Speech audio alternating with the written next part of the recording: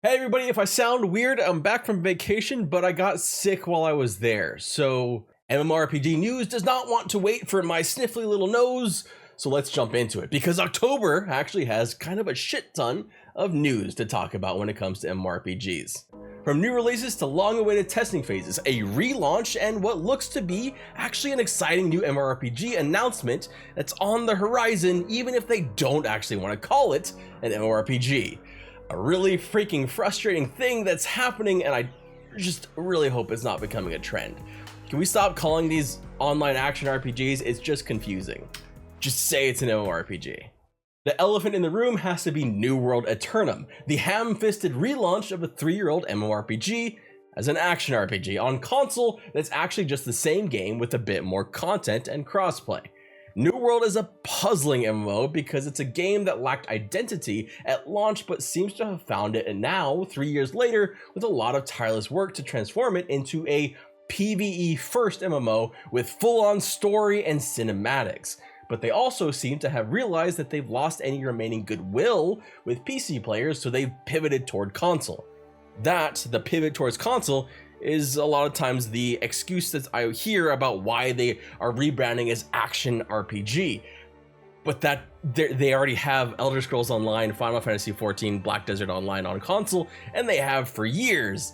So it's not like console players don't know what an MMORPG is. Hell, EverQuest Online Adventures was on console.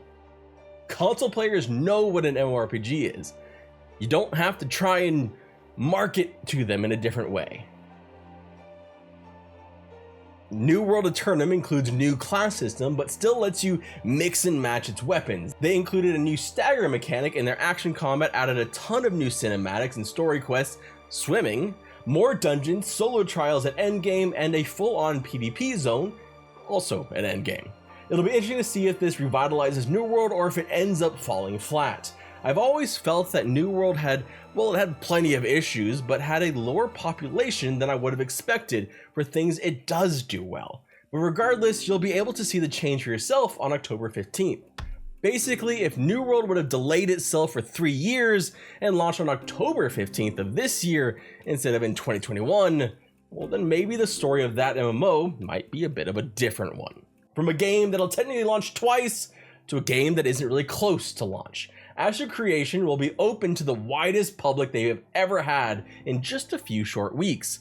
Not only that, but the veil will finally be pulled back on a project that's been deeply under an NDA. On October 25th, the doors will open to anyone who has an Alpha 2 key. Expect to see a flood of Asher Creation content across Twitch and YouTube due to that NDA drop, including here on this channel, where I will most certainly be getting my ass kicked a lot because I'm pretty bad at PvP, and I'm scared. I'm very scared. The game will of course still be in early development as a Kickstarter funded MMO, so expect it to be plenty rough and buggy, but it'll still be an exciting moment for one of the largest in development non-AAA MMOs out there, and perhaps the largest one with a heavy focus on PvP, since most other indie MMOs lean toward PvE. Asher Creation is a quote-unquote PvX MMO. That is an MMO heavily focused on both PvE and PvP. Like, we've already seen raids in Asher Creation, like a pretty cool looking dragon raid. Though the PvP has largely taken that narrative over the last couple years, despite some of those interesting PvE mechanics. That PvP focus is probably due to their always on PvP. Sieges and caravan PvP all being front and center. This won't be a PvP optional MMO, it will be a PvP essential MMO, as it's baked into the core identity of the game right down to their city systems. It is an MMO that is highly anticipated, perhaps second only to Star Citizen when it comes to indie MMOs, and it'll be the best chance we've had to try this game out, and we'll see just how they adjust to the larger player base and to player feedback as this goes on. A game in semi-closed development that doesn't have eyes on it all the time, and one that is open to more players are two very different things. Though it is worth noting that it's not going to be on all the time with this testing phase. We put up right here that you can see the ways that they are going to be handling testing phases over the next couple of phases of their within phases alpha. While I personally look to Ultima Online for the inspiration of Ashes, perhaps the better game to look at is actually the predecessor of the one in our next update, Archeage, something that's clear in the DNA of this game. And just a quick update here that I'll kind of sandwich in this little news update before we jump over to the new MMO, the new Archeage MMO. Ultima Online New Legacy, the new server setting from Ultima Online that's been testing and I've covered a couple times on the channel, it's going to be launching soon. It's going to be launching on October 15th of 2024. And we still don't have a FAQ on it, but we should be getting more information soon. And I'll probably do a standalone video just for that. So if you're interested in the old school Ultima Online New Legacy server, check out that server coming soon on October 15th. But I want to talk about a completely different looking game, one with slightly better graphics than Ultima Online New Legacy, just slightly. So you know how New World got positively reamed for refusing to call itself an MMORPG 3 years after calling itself an MMO just so they could rebrand to launch on consoles, which is a silly thing because console players know MMOs. Well, Archeage 2, which has been officially named Archeage Chronicles, is officially calling itself an action RPG as well. If I wasn't sick before, I think this new trend would make me feel sick. The reason why I keep mentioning this is because genre is important. It's important because it sets player expectations.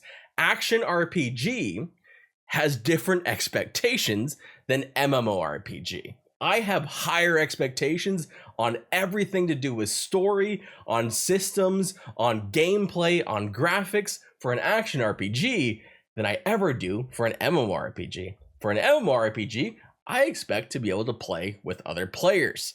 That's kind of the whole point of an MMORPG. So yeah, it's kind of important. It's like if you're selling a fantasy book, but then actually give someone a nonfiction, they're probably gonna not be very happy with you.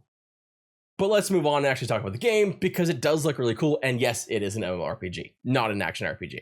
In fact, it is stated on their Steam page as the next evolution of the MMORPG genre. And all those mental gymnastics and unnecessary confusion aside, Archeage Chronicles at least looks really awesome with what looks to be crisp action combat, beautiful graphics, as well as plenty of life skills that you come to expect with Archeage, like hunting, gathering, housing, of course, farming, and crafting, all of which you'll be able to trade with other players. It's weird to say this, but holy shit, I hope this just means actual player-to-player trading instead of RMT auction house of like Throne and Liberty, which we'll get to in just a moment. This looks like it really could be a great MMO if it's handled well. The combat just looks like a ton of fun, if a bit intense, putting to mind games like Monster Hunter and Elden Ring, but with obvious group dynamics at play. I look forward to being able to build up my character and explore the vibrant world and story of this game.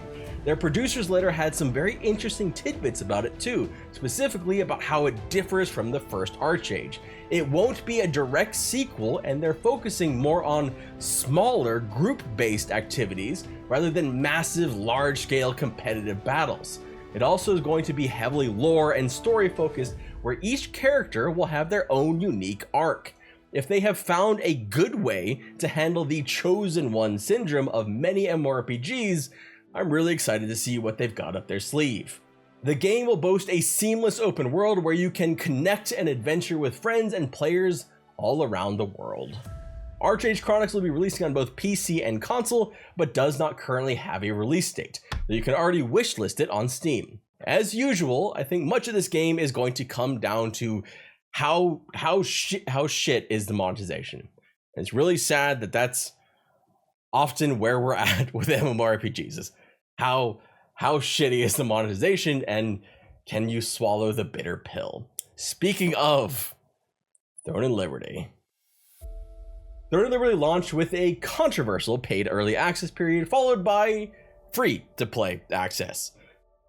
And it's doing okay. It's hard to say right now, but compared to other MMORPG peaks we saw, even from previous Amazon titles, including published ones, like Lost Ark and New World, it appears to be underperforming, despite hitting numbers many MMORPGs would love to, especially some indie ones that we've talked about already.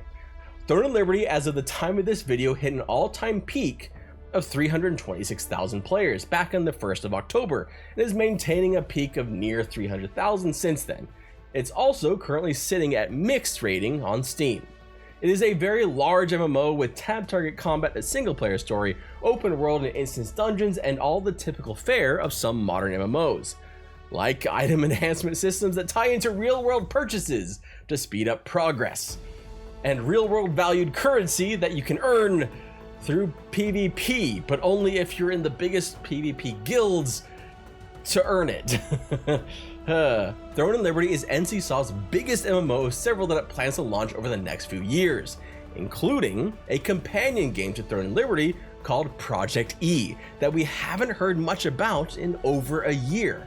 Throne and Liberty had a tremendous development cycle, originally starting as a sequel to Lineage, the very popular game with a top-down perspective, and then evolving over its 12-year development period. I reviewed Throne and Liberty as a bit of a filler MMO, an MMO that was like worth jumping into and playing and enjoying and then leaving and going and finding another game, like basically being a tourist to it. And you can find all that information, like more information about what the game is actually like, how the monetization works, all kinds of stuff like that in this video right here.